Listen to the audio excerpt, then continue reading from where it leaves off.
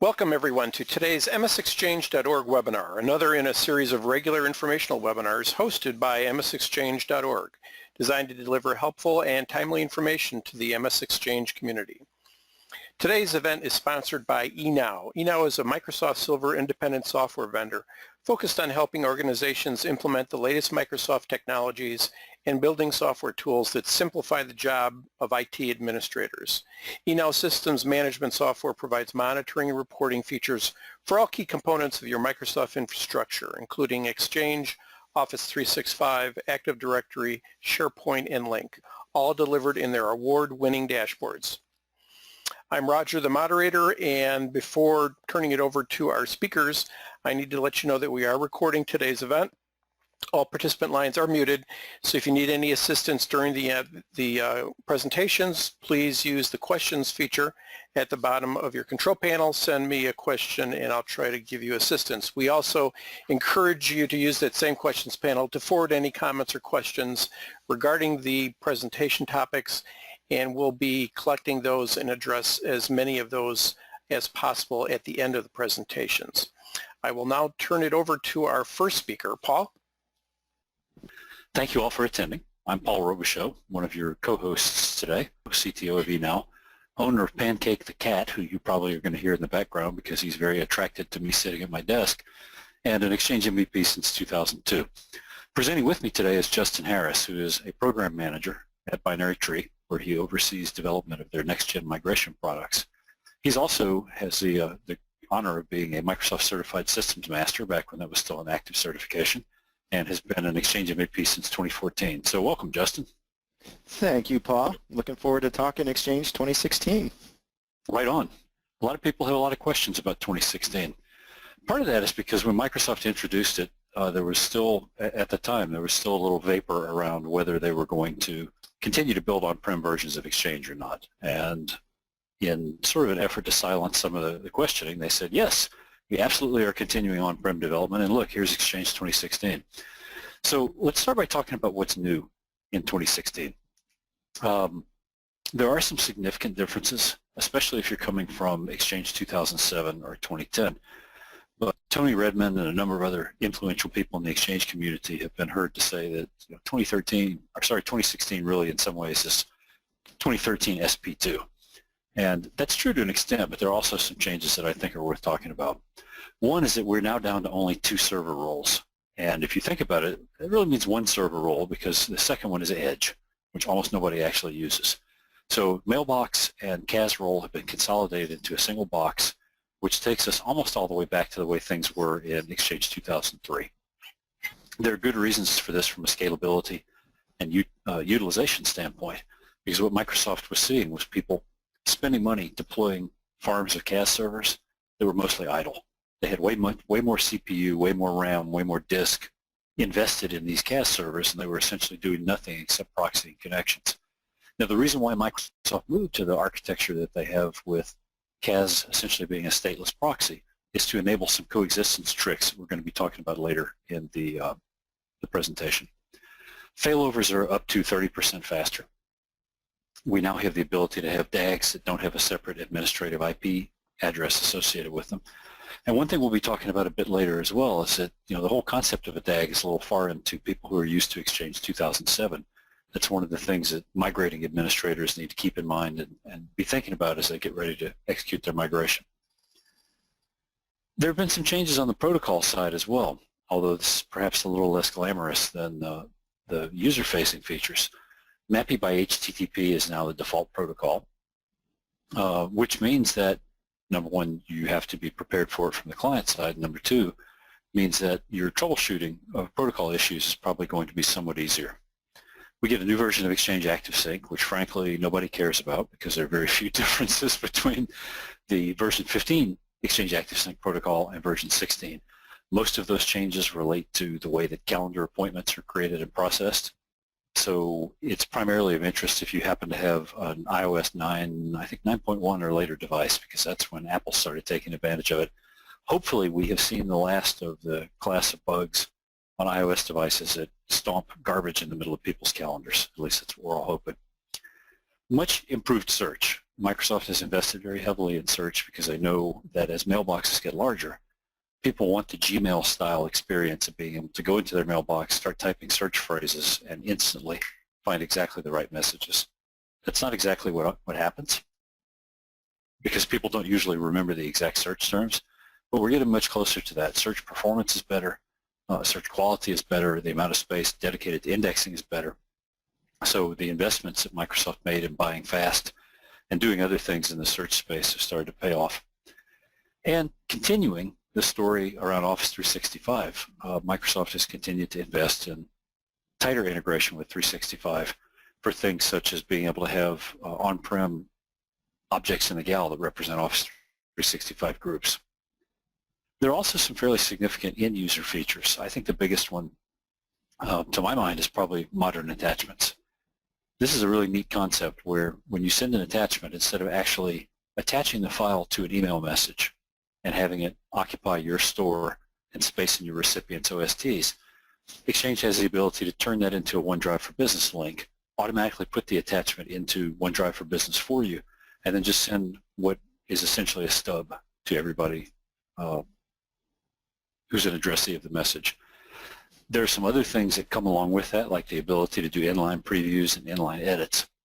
But relatively few customers are taking advantage of that right now because it depends on having the, and just maybe you can help me out. I never remember what the correct expansion for the acronym OOS is, but there's a new server role, Office something server that's required to do the the old web app server, right? Yeah, right. It used to be called Office Web Components or Office Web App, and now it's Office Online Server, I think is what it's actually called. Anyway, you have to have one of those, and there's some licensing restrictions around who can have it and what type of Exchange 2016 server license you have to have and so on. Suffice to say that I'm not seeing a lot of that actually deployed by customers yet. In-place hold for public folders, yay, I guess. If you're a public folder user, then this may be significant to you. And then just a ton of improvements to file some of the rough edges off OWA and make it a better, more responsive, more functional client. You know, OWA has come such a long way since what we had in 2013, much less 2010, that it's really pretty remarkable. Yeah, in my estimation, and when I talk about value prop, especially if you're talking about Exchange 2016 from an end user perspective, to me, that improved OWA experience, I mean, I think it's so good that it can make you forget about the thick Outlook clients, especially if you're coming from the 2007, 2010 timeframe. It's fantastic. Yes. Now, it's also fair to say that just because we got some new things, you know, Microsoft giveth, Microsoft taketh away. So there are some new things, but there are also some things that we don't get or don't have. Groups and clutter are two fairly large pieces of functionality that are in Office 365 that don't exist on-prem and are not going to. If you really wanted to branch out, you could say that, okay, the focused inbox technology that's in Outlook Mobile is something that's enabled by the back-end service. It's not necessarily going to give you the same results when you try to run it against an on-prem mailbox.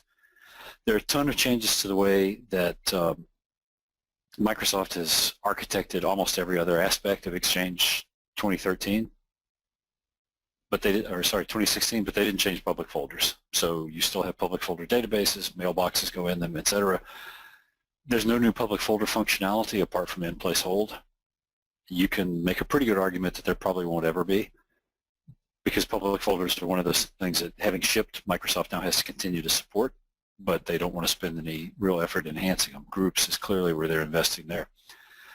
This makes me very sad to say, but there are no changes in 2016 for unified messaging, and I suspect strongly that in the next release of Exchange, whenever that is, there won't be unified messaging, that will probably be finally taken over by Skype and Skype Online. One thing that's fairly significant that I want to mention in the context of migration is that there's no support for mixed tags. Microsoft had talked about this at one point as being a candidate feature. There's still a few articles and blog posts floating around that talk about this from the perspective of what it looked like in the beta. It would be great if you could gradually convert your operations over to 2016 by plugging a 2016 server into a 2013 DAG, but you can't actually do that. So your DAGs are going to have to be either all 2013 or all 2016. What people typically do as part of migration, as Justin's going to discuss later, is they'll stand up a new DAG with 2016, and it may be small. It may only be 2 servers to start with. Then they'll gradually add capacity as they move more mailboxes into that new DAG. So prerequisites. This list is probably not going to surprise anybody who's been around Exchange before. Windows 2008 or later, domain and forest functional level.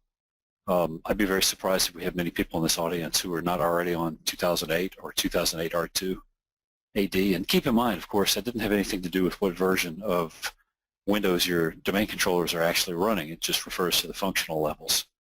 For Windows to run Exchange 2016, you need Server 2012 or 2012 R2.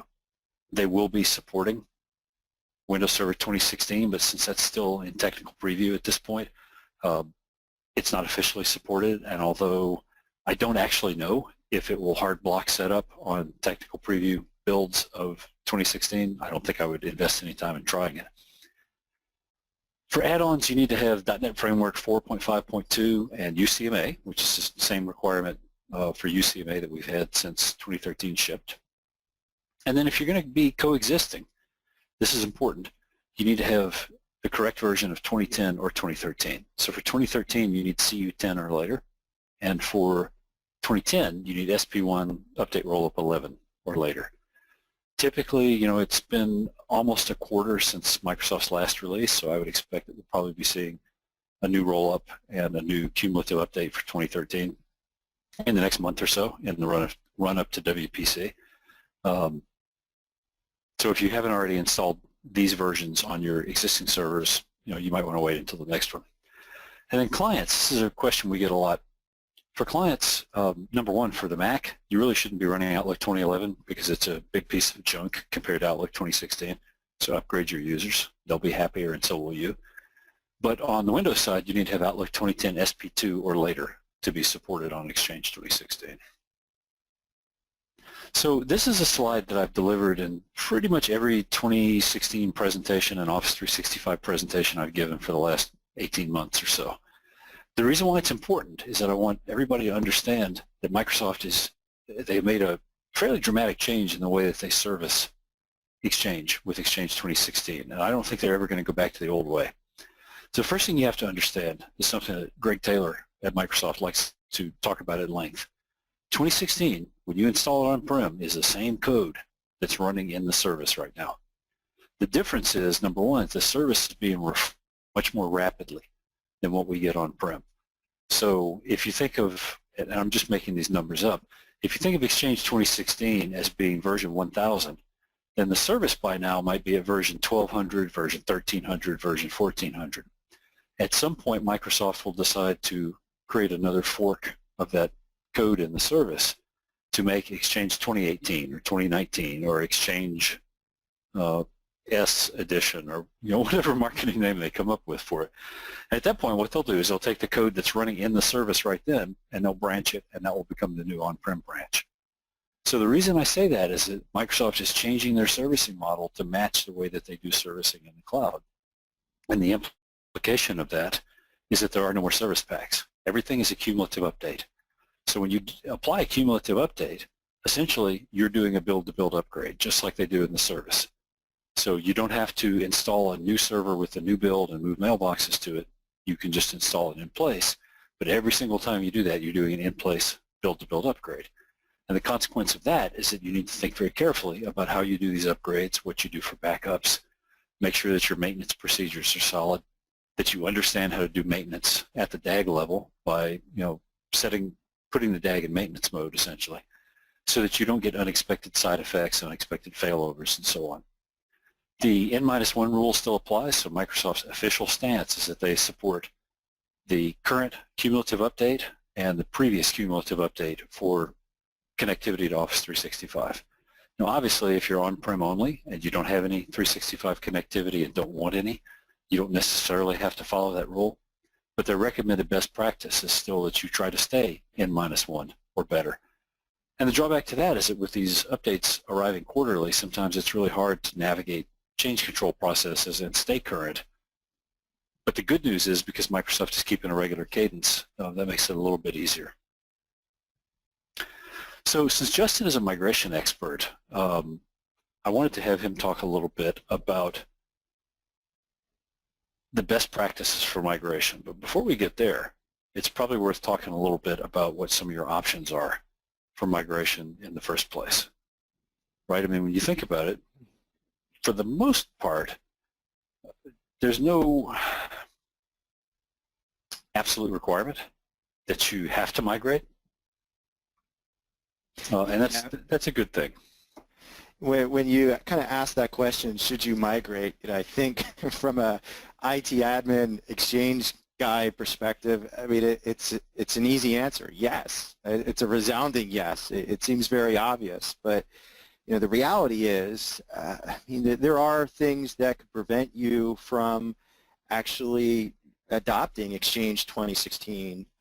Maybe it's corporate oversight or that financial responsibility that the company has that kicks in and kind of brings you down to earth a little bit. But from what I've seen in my experience, it's typically the admin types here that are the ones that really start to build the case to management on why upgrading is important.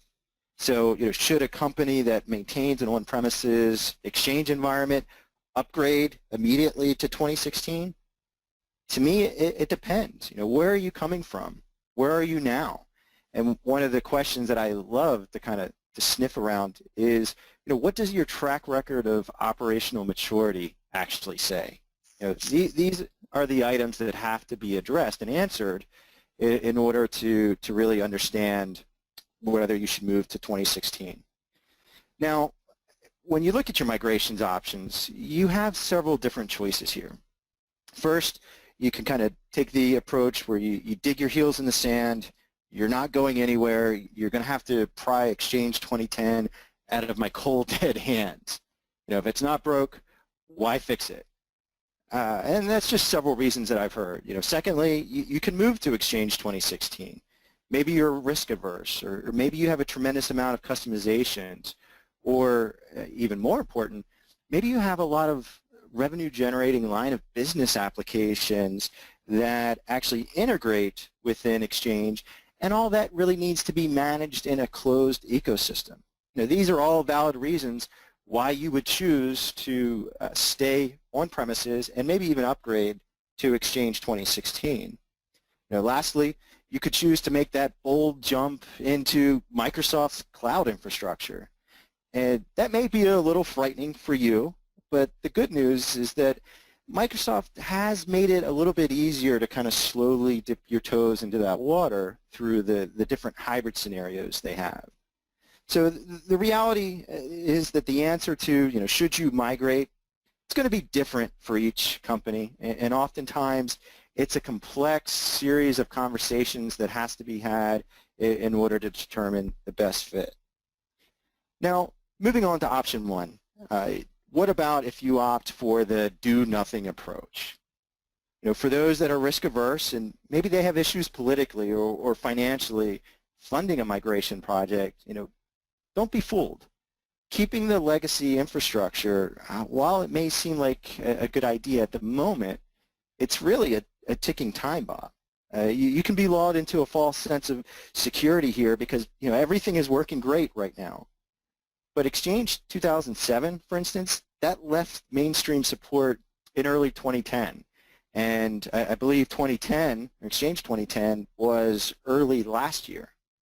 So while the current cost for your equipment that may be running Exchange is low, or hopefully by this time it was paid off years ago, the cost on maintaining those support contracts for that hardware, those continue to rise because the vendors, they don't give you a break on yearly maintenance cost and support cost. And typically, the older the software and the hardware gets, the trend starts to align upwards around the cost to really support those type of infrastructure.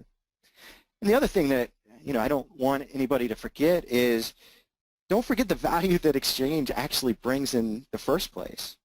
Exchange is all about increasing and streamlining end-user communication, right? So maybe if you have Exchange 2007, back in the day, that was a cutting-edge piece of collaboration software. But think about your end users day-to-day now while they leverage Exchange 2007, and think about your competition. If they're using Exchange 2016 and the revamped Outlook on the web and modern attachments, and they have all these competitive features, look at how they're collaborating. You know, so can your end user population rely solely on OA in 2007 and remain competitive and effective?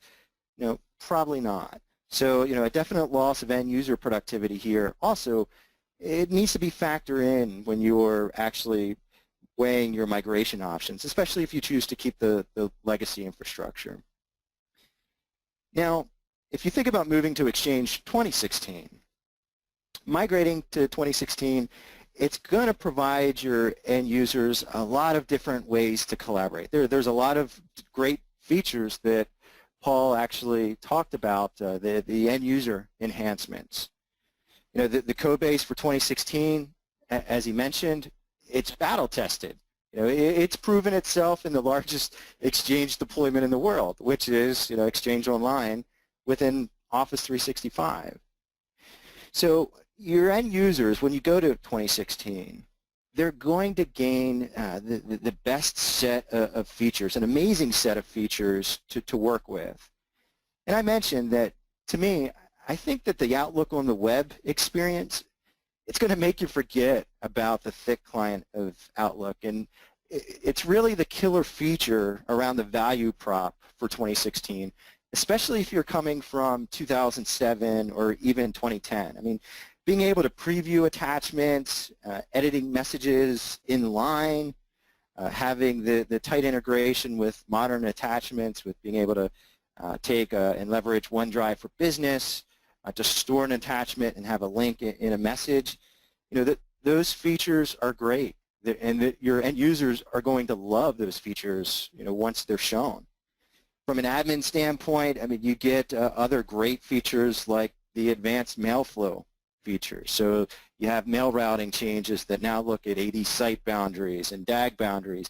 You know, that can help immensely if you're a large multinational enterprise Exchange client. DLP, search that Paul mentioned, compliance search for e-discovery. You know, but the downside with moving to 2016 is that, you know, now you have a migration project on your hands. You have to buy new hardware. You have to go through the sizing exercises. You're probably going to need to upgrade your end user Office clients. So that introduces end user training scenarios that come with additional costs. But, you know, in the end, your organization is going to have to weigh these options and consider the cost to see if Exchange 2016 is right for your environment. Now, another migration option is Exchange 2013. I still actually see this quite a bit with large enterprises, and, you know, it's usually the large enterprises that you could kind of look at as slow-moving ships in the night. You know, they may have started migration planning and testing years ago, before 2016 was even released. You know, it was released last year in, I think, the beginning of October. You know, maybe they're risk adverse. They wanted to wait for SP1. You know, that's what everybody did, right? Wait for the first service pack for Exchange. But, you know, last year did represent a little bit of a squirrely time frame for enterprises that were looking to upgrade, because they knew 2016 was coming. They didn't know the exact date.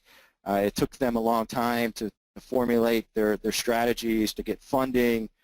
So for those customers, you know, I get it. But if you're in a smaller company and you're a little bit more nimble, then these excuses, you know, they're probably not valid, and you should be looking squarely at 2016. I mean, the end of mainstream support for Exchange 2013 is mid-2018.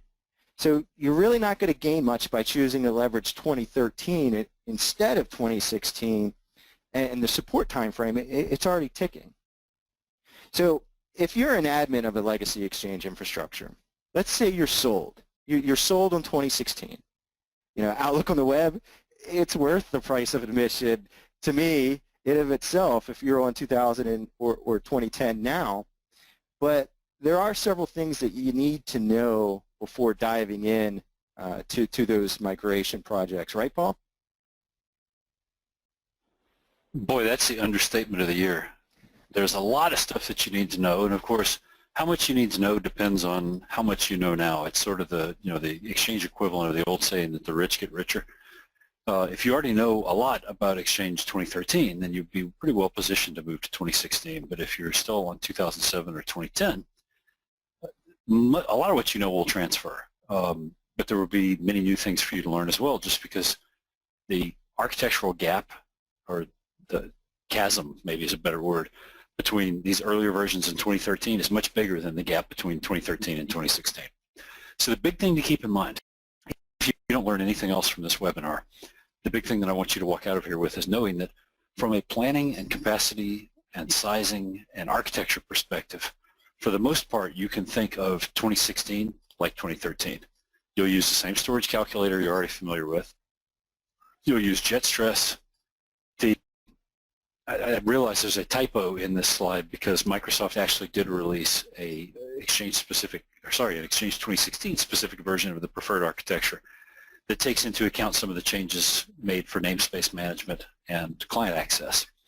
But if you don't already know what the 2013 preferred architecture is and you don't understand why it was designed the way that it is, it would be really good for you to spend some time looking at the blog posts that Ross Smith wrote on the Exchange team blog and looking at his session from Ignite last year to get a sense for why the preferred architecture exists, why Microsoft recommends it. I find that a lot of people who are on 2010 or 2007 didn't really pay attention to the preferred architecture when it was announced, other than to say, oh, that's so funny, Microsoft is trying to come up with a cookie-cutter architecture that they're going to make everybody use. But there's some very sound Exchange-specific reasonings behind why they designed it the way they did. And being familiar with it will help you better understand how you might want to architect an Exchange 2016 or 2013, if you take that third approach that Justin mentioned, deployment for your end users. I already touched on the role of OOS and why you might need it. I don't really want to turn this into an OOS presentation because we could probably spend a whole hour talking about who has access to it and who doesn't and where you get it from if you don't and so on. But you need to know that it's required for certain behaviors, both with on-prem Skype and on-prem SharePoint 2016 and on-prem Exchange 2016. So if you're running any of those products, you may find that you need a new server even if you don't intend to use its functionality across all three products. Whoa, get off the keyboard, cat. Okay, let's talk about coexistence for a minute. This is really important because for the most part, with rare exceptions, we're not doing big bang cutover migrations with Exchange 2016. Almost everybody on this call who's thinking about migrating to 2016 is coming from a prior version of Exchange. I did work with a customer about a year ago who was migrating from GroupWise, which surprised me, quite frankly, because I didn't think anybody was still on GroupWise. But places like that tend to be the exception nowadays rather than the rule. If you're curious, if you happen to be running GroupWise or Notes or Profs or all-in-one or using smoke signals, then Justin can hook you up with some migration tools to make your migration easier. But let's assume that we're all running, versions of Exchange whose version number starts with 20. So 2013 and 2016 both have the ability to route traffic downward. Microsoft calls this down proxy. So if you think about what happened, let's say that you're on 2013 now. When you installed 2013, you had the ability to route your client traffic and transport traffic to 2013 from the internet, and then have 2013 decide where to send the traffic from there. So imagine the case where you're in the process of migrating from 2010 to 2013. You have some mailboxes on each version. You point all your traffic at 2013 and let it decide where to send it. Because 2010 doesn't know how to proxy up. If you send your traffic to 2010 first, it doesn't understand the architecture of 2013. It doesn't know about the differences in the CAS architecture, so it doesn't know what to do with traffic in some cases where mailboxes have been moved or whether, anyway. You can't do that. With Exchange 2016 and 2013, you can do that. They both can proxy up and proxy down. This means that you now have two options. It used to be for years that Microsoft's guidance was always, first you install the server roles in alphabetical order. So first you install a CAS, you point your transport and client traffic at the CAS, And then you start adding mailbox servers and moving mailboxes or creating mailboxes, letting the new version CAS send traffic either to legacy or new version mailboxes. Now, number one, because those two roles are combined, we don't have that alphabetical restriction, but number two, you can do it either way. You can have your existing architecture in place. If you're running 2013, let all your traffic come to 2013, start building out 2016 mailbox servers, and 2013 will do the right thing, including proxying requests for Outlook on the web, which has kind of been a sticky point for some proxying scenarios in the past. The other thing that you can do is you can roll in your 2016 servers, immediately start pointing traffic and moving mailboxes to them, along with updating the CAS namespaces and doing the other things that have to be done for backcompat. And then 2016 is smart enough to roll that traffic to 2013 where indicated. So I purposefully didn't include step-by-step on how you do these things. Microsoft has documented them very well. Jeff Guillet has got a lot of material on his blog, xpta.com, that covers this. But I wanted to mention that both of these scenarios will work. So it removes a restriction we had in the past. But you still have to decide when you want to actually flip that switch and start moving traffic over to 2016. There are typically operational, political, or maybe financial or business reasons why you might do that sooner rather than later. For example, if you're a university, pretty much the worst time in the world to do anything is right before the start of a term. So if I were working in an educational institution and trying to decide, all right, when am I going to migrate to 2016? I would typically want to do that during a summer break or any other kind of vacation break when I know I'm not going to have a big spike in load. I would want to do all the groundwork and prep as early as I could, so that ideally on day one of the break, that would be the day I could start migrating, as opposed to leaving it to the end, because you want to leave enough time to make the cutover, route traffic in whatever arrangement works best for you, and then verify that everything's working before all your users come back. In retail, you probably wouldn't want to do it in the last quarter of the year, since that's such a big busy time for retail in North America and most of Western Europe, and so on. It's going to be specific to your business, your industry, and your environment. Now, you also have to understand that there are some significant differences if you're not coming from 2013. Some of these are bigger than others, but all of them are things that you should be thinking about and making sure that you have educated yourself about so that you understand what you're getting into before your migration. The biggest one to me, the one that jumps out at me, is this first one, DAGs. Reseeding works very differently than it does in 2007 replication. Content indexing, so for example, you as an Exchange administrator might understand native data protection and say, okay, I get why having multiple copies of a database means I don't necessarily need to back it up. But sometimes that's a tough sell when you're trying to sell it up the line in your organization to people who don't know about Exchange, don't understand what a DAG is, don't understand how active and passive copies work, and so on. So understanding that is going to make it easier for you to convince people, if you need to, that native data protection is good enough. There are only 2 server roles now. So if you think about 2007 and 2010, we had the hub transport role, we had the CAS role, and so on. We don't have those anymore. That may mean that you need fewer servers to handle your same user population. But then again, it may not, because it also has to do with how big and powerful your servers are and how much load they can handle. So whether or not you end up with the same number of physical or virtual servers and how those servers are configured is going to vary according to a whole bunch of factors that the server sizing calculator is going to help you figure out. Transport changes. This is something that people very frequently ignore. There are a ton of changes to the transport infrastructure in 2013 and that carry over into 2016 that many administrators never find anything out about, because why would you? It's transport. We all just sort of expect that transport is like the plumbing in your house or the electricity in your office. It's there and it just works all the time, and you don't expect to have to spend a lot of time learning about how it works or troubleshooting it or fixing it. But understanding, for example, that 2013 and 2016 have their own built-in anti-malware filter that can catch messages when you don't expect it.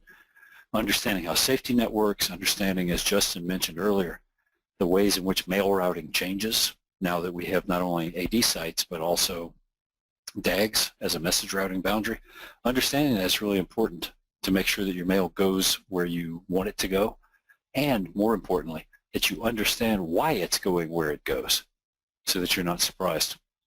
Load balancing changes significantly in 2013 because now, of course, we can use layer 4 or layer 7 aware load balancers. There are pros and cons to each of those approaches, but whichever we pick, the important part is that you understand what you're getting in exchange for making that change. Mobile device management is different. The end user experience, as Justin said, Outlook on the web is a huge improvement over what we had in 2013, which itself is probably 2 huge improvements over what we had in 2010. The web client experience keeps getting better and better and better. And Microsoft is now, this is really interesting, they are now down to only 5 different products that have the name Outlook. So that's a pretty significant milestone.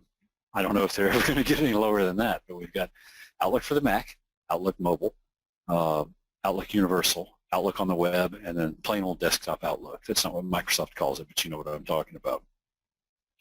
One other change that I want to mention here before I ask Justin to talk more about best practices for migration is that public folders now live in databases. This is a pretty significant difference when you think about how you make public folders available, how you make them redundant. We don't have the same multi-master scheme that we had in older versions. Instead, you put public folder mailboxes in a public folder database, then you put the public folder database in a DAG so that you can have multiple replicated copies of it. It's a great architecture, and it builds on what we know about how to operate and design DAGs, but it's significantly different from what you may be used to. And so if you're heavily dependent on public folders, it would be wise to spend some time learning about how that works. So suppose you've decided and you're really gung-ho about moving to Exchange 2016. You're all set to go. You're limbering up your fingers and getting ready to start typing. I think Justin has a few things that you might want to think about before you dive right in and start typing, I accept Exchange Server license terms. Paul, the funny thing that I've learned about working in the migration space, and of course, I wasn't told this beforehand, is that typically customers are coming to you because they have a really complex and difficult migration project. They may have already tried and ran into some hurdles, and they need help. So, there's definitely sound migration practices that should be followed, and some of these things I see happening time in and time out in talking with different customers. So the first one, and this may not be something that immediately comes to mind, is that of delegates within a cross-forest Exchange migration. I see this so often, and it causes a tremendous amount of end-user disruption and drives project dissatisfaction overall. So it's really important to understand what you have in your Exchange environment and how your users are presently leveraging Exchange. And I can't emphasize that enough. Think about how your business is structured. We know Exchange is the lifeblood of the communication. It helps people communicate and drive projects. But it really helps to think of this Exchange migration from the viewpoint of your end users. Think about delegate relationships. Who has access to whose mailbox? Typically these delegation relationships, they're configured for those in your organization that play key roles. Maybe they're driving key projects within the company. They have tight deadlines. Maybe there's a significant amount of revenue that's tied to these projects, and it's resting on their shoulders. Now, they're relying on Exchange to make all this magic happen. And if you get to the point where maybe you migrate only a subset of users that have delegate access to a very important mailbox, you're migrated and the other half are not, you've just broken delegation. And at this point, your end users are going to start to get very frustrated. They may even get some grief from their management because their day-to-day workflow has stopped. They're not able to do what they were able to do prior to the migration. And the last thing that you need is disruption. The goal is always to not disrupt the end user's day-to-day. So the key here is put forth the effort to create intelligent migration reports. Understand who has delegate access to what specific mailboxes, and group them together in the same migration wave so you don't break delegation in a cross-forest Exchange migration. Then test. Now, there's a lot of scripts out on the TechNet script repository. You can use something even more simple as like a git-mailbox, pipe in git mailbox permissions, take a look at the inherited permissions. But the key, no matter how you kind of slice and dice this, the key point here that I want to make sure everybody understands is that your project success is often predicated really on how transparent that migration was to the end users. So if you have unplanned outages within your Exchange migration project, that's not going to look very good. So make sure you know who has delegate access to what mailbox and plan that schedule accordingly. Now, in a similar vein to delegates, you need to understand what your environment contains. Know what you have. So the first thing that comes to mind is, in order to understand what you have, is what does your storage infrastructure look like? What is your existing storage subsystem? How is it operating? Is it already taxed? Because as you start migrating a bunch of mailboxes, that's going to increase log creation during those migration events. It can choke out your disk. Do you have circular logging enabled? Are you actively monitoring your disk subsystem and looking at the Exchange performance counters during the mailbox migration events? I mean, think about it. That is new activity and new processes that you're introducing, and you're asking your old Exchange environment to actually take on. It wasn't sized for that, right? So, did you run jet stress on the new storage environment? Do you have enough IOPS? Especially if you're using shared storage. Have you used the role calculator that Paul mentioned? I've seen many an admin fall into this trap where they've spent a lot of time, they've prepared their shiny new Exchange 2016 environment, only to forget the state of their current production environment. A lot of times their current Exchange production environment, maybe it's a 2007 environment, is on life support. The disk subsystem may be 5, 6 years old already. And now the admin, while their target environment, it's great, it's tested, it's good to go, they kick off an aggressive migration schedule. Maybe it's not their fault, maybe management / the project timeline, but essentially the performance of that production Exchange environment just drops. Now they're migrating several meg an hour, the legacy disk subsystem, it's crawling, you're unhappy because the migration is going slow, you're not going to meet your timelines, and now the end users, they're unhappy because they have poor performance to their mailbox. Maybe they're getting that pop-up bubble. Maybe they're not able to send messages. So, monitoring and reporting is of your source environment. Everybody knows about the target, but monitoring and reporting of that source environment during a migration event, it's absolutely critical, right, Paul? Yes, sir.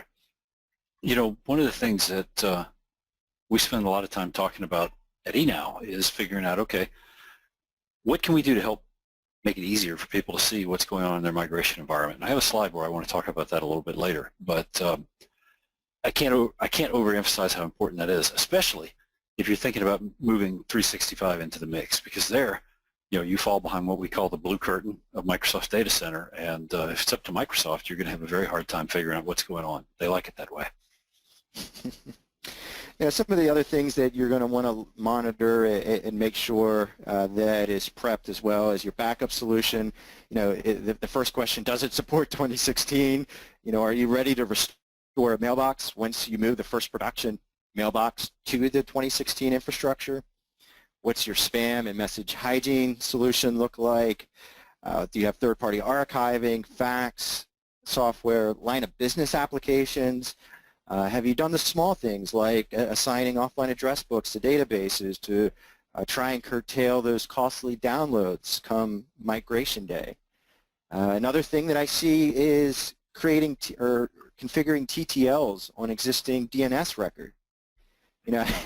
I can tell you there's nothing more embarrassing than actually being on a change control bridge and trying to change and swap the external namespaces only to realize that the external DNS records have a huge TTL, and maybe you're not able to make simple back-end changes or NATs, and you have to make those changes, and you just have to sit and wait. You want to avoid things like that. Do you have edge servers? Have you run the edge subscription process? A lot of people kind of set those and forget it. Do you have compliance considerations, legal discovery? Are the legal team able to discover information once they're migrated to 2016 for the source environment and vice versa? You also need to take the time to clean up your AD environment. That's not sound advice just for migrating to Office 365. That's also sound advice for Exchange upgrades as well. Moving on, another big thing that I see is public folders. This is everybody's favorite topic in Exchange. I know. Public folders. That's the first thing that comes to mind. When you have an Exchange migration, you get to deal with migrating public folders. It's funny because it's difficult. It is absolutely the black box of Exchange, and it's a polarizing topic. But with the older style, the legacy style of public folders, as Paul mentioned, you had a multi-master replication model. I know in what I've seen, a lot of larger customers had dedicated public folder servers that had a dedicated public folder database. They may have been replicating, if it was a multinational company, you may have replicas in North America, Europe, Asia Pacific, and that model works great. It was great back in the day because bandwidth was a thing, but now you're not able to achieve that same type of setup if you're coming from a 2007, 2010 to a 2013, 2016, because now you have this thing called modern public folders, where, as Paul mentions, it's essentially a mailbox within a database that can be protected by a DAG. So that, while that's a lot simpler to manage, think about the problems that it creates for those geodiverse scenarios. If all your users need access to those public folders 24/7, you may need to rethink your public folder structure. I've seen some customers implement a kind of follow the sun DAG methodology and just kind of activate these databases or public folders in different geos based on timing. But however you choose to resolve this type of issue, if you don't address this pain point, it's going to lead to poor performance, especially for the critical information that your end users are trying to access. So you have to account for that a large amount of time and manual effort that it's going to take to not only understand how the business leverages public folders, but also to understand how you may need to slice and dice them up, because you can only have one copy of that public folder active at any time. So luckily, the native migration tools that Microsoft provides, one of the first steps that you actually have to do is create a mapping file. And that mapping is really going to force you to think through where your public folders need to live and what specific public folder mailboxes and what specific servers and databases they need to be active on at any point in time. So those are just a few snippets around best practices that you should really keep in mind as you contemplate a move to Exchange 2016. These are things: delegate access, public folders, understanding what you have, and making sure that you monitor that source system as you kick off the migration events, because these are things that I see that often are overlooked and comes back to bite customers a little bit. So those are some best practices, but pre-migration planning, it's also extremely critical to the overall success of a project, right, Paul? Absolutely. The amount of planning that you do, I won't say it determines the success of your migration, but boy, it sure has a huge influence on it, because migrating to 2016, migrating to 365, these are not necessarily things that you can just jump into full steam and then slow down or back out if you find a problem later. But just to cite an example, we work with a large customer in the Bay Area, that has about 30,000 users. They had got about 6,000 users into their migration before they started hitting problems. Then they called us and said, hey, we need some help monitoring, et cetera. The problem that they were having was they had a large number of users whose UPN didn't match their primary SMTP address. And normally, you think of that as being more an annoyance than a problem. But in this case, because they use certificate-based authentication for everything, not just for Exchange, but for every legacy system, every piece of their infrastructure all depends on that. Trying to reissue new certificates to those users would have been a nightmare. So that's problem number one. We have reports built into Mailscape and Mailscape 365 that would have told them that before they got started and saved them a ton of heartache. Problem number two this customer had was they have a lot of delegate relationships. Justin mentioned that earlier as well. They went through and did the analysis and figured out that if they were going to respect Microsoft's best practices for delegates, they would have to move about 12,000 users all at once to make sure that they got every boss and admin all moved in the same batch. Now that's pretty insane. Out of 30,000 total users, that they would have to move 12,000. But because they didn't have any visibility into what their existing delegate system and delegate assignments looked like, they were kind of behind the eight ball when they got started. So having a tool such as Mailscape or Mailscape 365 that shows you what's going on and helps you understand what is actually in your environment is absolutely critical. Then the other piece that's really important is being able to see what's actually happening in the environment. So I've talked to people who say, hey, I have managed availability. I'm in good shape. Or I use SCOM, or I use OpenView. And it's true, there are a lot of products that can monitor what's happening in your on-premises environment. Migration tools, like the ones that Binary Tree sells, do a really good job of telling you what's happening while the migration is going on. How many mailboxes moved, how much data got moved, how fast are things going, who had errors, who rescheduled their migration, and so on. But you also have to be able to understand what the totality of your environment looks like. The way that I like to liken it is, if you think about looking at a picture of the Weather Channel, weather radar, you can immediately see what the weather is like across the whole country. Now, it didn't tell you exactly how much it's going to rain in Huntsville, Alabama, or exactly how hot it's going to be in Annapolis tomorrow. But at least you get a quick view of, okay, here's where the high and low pressure zones are, here's where there are clouds, here's where there are rain clouds. So that if you need to know what the weather is going to be like in a certain location, let's say that you're going to Shreveport tomorrow, and you want to know what the weather is going to be like, you can take a quick look and then drill into it. So the broad scope of what's happening in your environment might include things like, are all my mailbox databases getting backed up? Are there any managed availability actions that have occurred that I didn't know about? Are there failovers happening when I don't think there should be? But it's also, if you look at the Service Health Dashboard,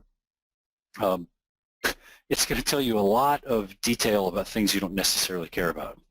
Every time I get an alert from the Office 365 admin app on my phone, it pops up on my watch. And so every time I see them say something like, SharePoint degraded, or Skype for Business investigating, I don't know if that's for me or not. I don't know if that affects my tenant. I don't know if that affects my company. I don't know if that even affects the continent I'm on, because Microsoft didn't tell us that. So having a product that helps you understand that can really be valuable. Luckily, we happen to make one. So Mailscape 365 is the only monitoring and reporting product that will monitor both your on-premises, hybrid, and cloud-based components for Office 365. Mailscape is the only combined monitoring and reporting product that does the same thing for your on-premises Exchange environments. We also have products that cover Link, SharePoint, Active Directory. That's not really the focus of what we're talking about here, but just from a standpoint of understanding what's in your environment, what objects there are, how they're allocated, how they're permissioned, what kind of behavior your system is exhibiting. We cover all of that for on-prem Exchange, hybrid Exchange, and Office 365.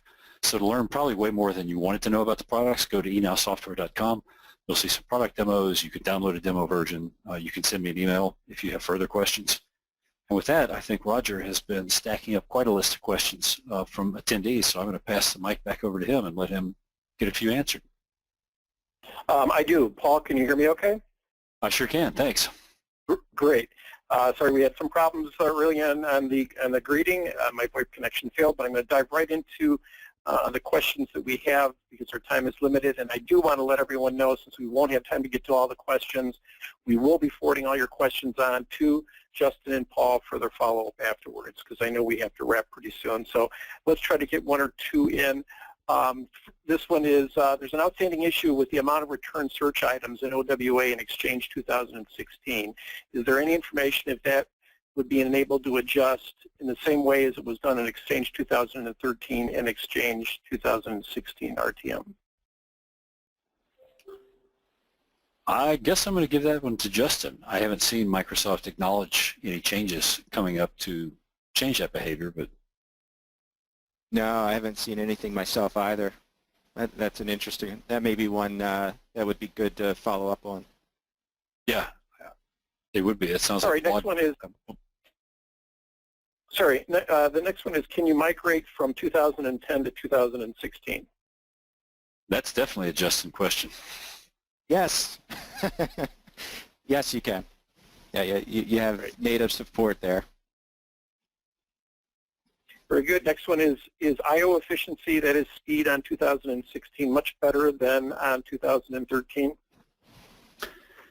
Yeah, I would say much is relative. It is better. I've seen different figures kicked around of up to 30-ish%. But you got to keep in mind, if you look at the change in I/O behavior between 2010 and 2013, that was really climbing Mount Everest.